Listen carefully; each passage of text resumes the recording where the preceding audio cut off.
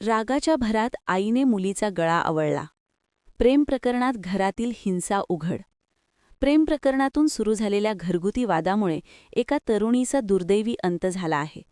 या भयानक घटनेत आईनेच संतापाच्या भरात आपली पोटची मुलगी मारली.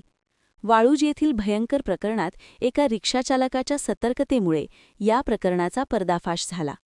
मयत तरुणी नंदिनी राजू धिवरे वय 21 असून तिची आई भारती उमेश साबळे ही मुख्य आरोपी आहे. यामध्ये सहआरोपी म्हणून सावत्र पिता उमेश गोविंद साबळे आणि मामा अमोल गायकवाड यांची नावे समोर आली आहेत. दुसऱ्या नवऱ्याचा मुद्दा बोलताना आईने संतापलेल्या अवस्थेत मुलीचा गळा आवळला आणि तिचा जीव घेतला. यानंतर रिक्षाचालकाने या घटनेची माहिती पोलिसांना दिली आणि वाळूज पोलिसांनी गुन्हा दाखल करून तपास सुरू केला आहे. या घटनेने सर्वत्र शोक आणि संताप व्यक्त केला जात आहे.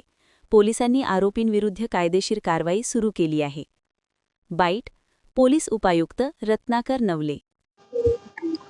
वाळूज MIDC वाळूज पोलीस स्टेशनच्या हद्दीमध्ये एक काल रोजी 103-238-35 BNS प्रमाणे गुन्हा दाखल आहे. मर्डरचा हा गुन्हा आहे.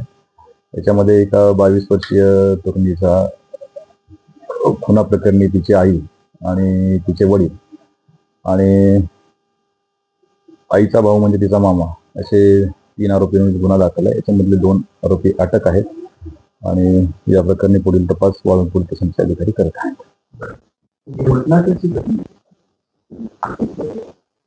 घटना बघा, वाळूज पोलीस स्टेशनच्या हद्दीमध्ये जे घटनास्थळ आहे वडगाव